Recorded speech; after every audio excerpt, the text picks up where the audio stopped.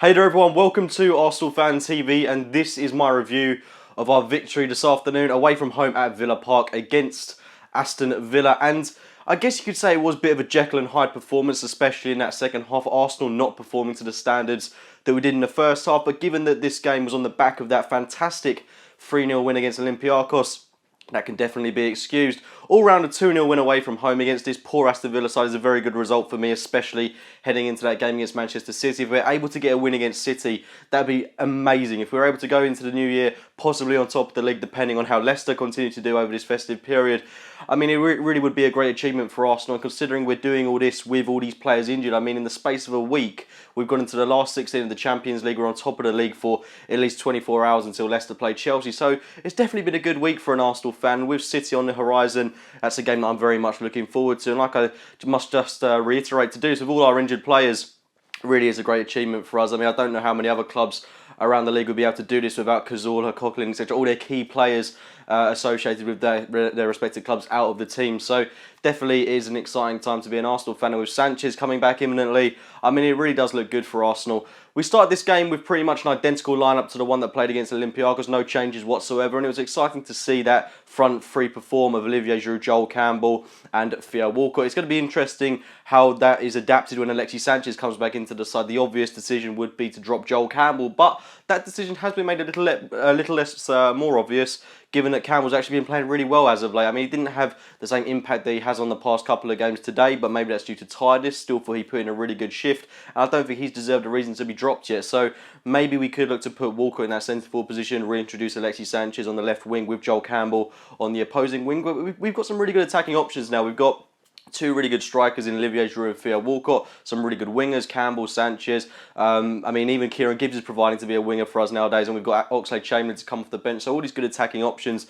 that can influence our game when needed to. And it just shows how healthy our squad is when everyone is on song and when everyone is fit and in the squad. We got our first goal in this game very early on in the 7th minute, I believe, for a penalty. Clear penalty. I think there's no disputing this one. It was a great ball through from Flamini, I think it was. I may be wrong on that, but I think it was Flamini playing in Theo Walcott. Great bursting run from Walcott, getting in behind Alan Hutton, using his strength to his advantage. And given that Hutton's a big bloke, I think Walcott did really well in this situation. A couple of seasons ago, possibly before his injury, I don't think Walcott would have done too well in that scenario, but he did really well to tussle off Alan Hutton and keep the ball. And Hutton simply gets his arms around his front, pulls him to the floor. Clear penalty in my eyes and definitely in the referee's eyes. It was hesitated on for a little bit, but he gives the penalty inevitably. Giroud, again, another penalty, 2-2 now. Fantastic penalty by him. And yeah, he is really good at taking a penalty. For me, he should be that player that's consistently taking them, along with Cazorla as well. Both really good penalty takers, but Giroud, for me, his penalties really do seem to have that cutting edge about them. So it was good to see him get another goal and Arsenal to take the lead early on in this game. Really did settle it down from there. There was little to no threat from Aston Villa. They had quite a lot of shots on target, on goal in this game, but only 2 on target, should I say, just to correct myself there. They were very disappointing going forward. I don't think they showed any real threat at all until we allowed them to have some more game time in that second half. We allowed them more time on the ball and made it a bit more difficult for ourselves than it should have been. But thankfully, we did get that second goal, which was all the importance in this game, considering that in our past couple of away fixtures against West Bromwich Albion and Norwich City, we have scored the first goal and then gone on to not get the full 3 points. So it was vital that we got the second goal in this game. Wonderful attacking move. Walcott involved in the move again. A lovely through ball played into Mesut Ozil. Ozil getting the assist. I sometimes think he enjoys getting the assist more than he does scoring the goal. Maybe that's due to a lack of confidence in front of goal, but nonetheless a great ball into Aaron Ramsey, who's clean through, put it in the back of the net.